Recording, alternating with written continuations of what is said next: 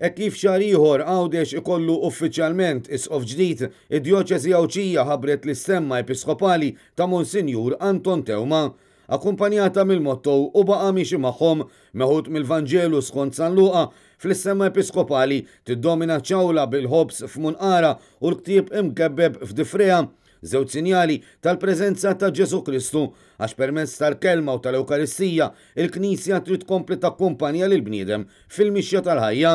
Fin-naħa ta' isfel tal-istemma hemm rappreżentazzjoni ta' nixxija tal-ilma bit-tifsira teoloġika tal-ilma li Kristu jipprovdi lil kull bniedem, sinjal tal-Ispiritu Santu li jagħti l-ħajja, ifejjaq u jaħfer id-djufija tal-bniedem.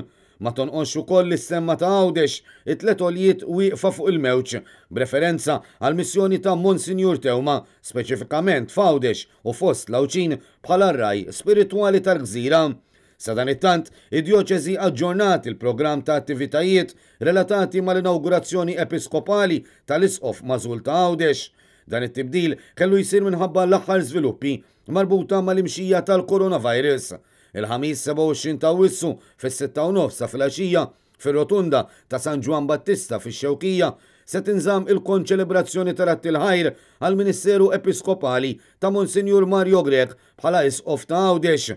Il-ġimgħa 11 ta' Settembru fit-8 ta' filgħaxija se tinżamm ċelebrazzjoni ta' talb bit-tħejjija l-konsagrazzjoni episkopali tal-isqof Mażul. Din se ssir bil-magħluq fil-kappella tal-Istitut tal-Familja Papa Ġwanni Pawlu II fir-Rabat. Madankollu wieħed se jkun jista' jsegwi din l-attività bħal attivitajiet l-oħrajn kollha fuq il-mezzi soċjali tad Djoċesi Awċija. Il-ħadd 13 ta' Settembru fil-5:30 sa wara nofsinhar il-konsagrazzjoni episkopali ta' Monsinjur Tewma se ssir fil-miftuħ fuq it-suntir tas-Santwarju Nazzjonali tal-Madonna ta' Pinu. Dan qabel il-quddiesa tal-ingress solenni li se tinżamm l-erba' 16 ta' Settembru fis-6:30 filgħaxija fil-katedral iddedikat lil Santa Marija fiċ-Ċittadella.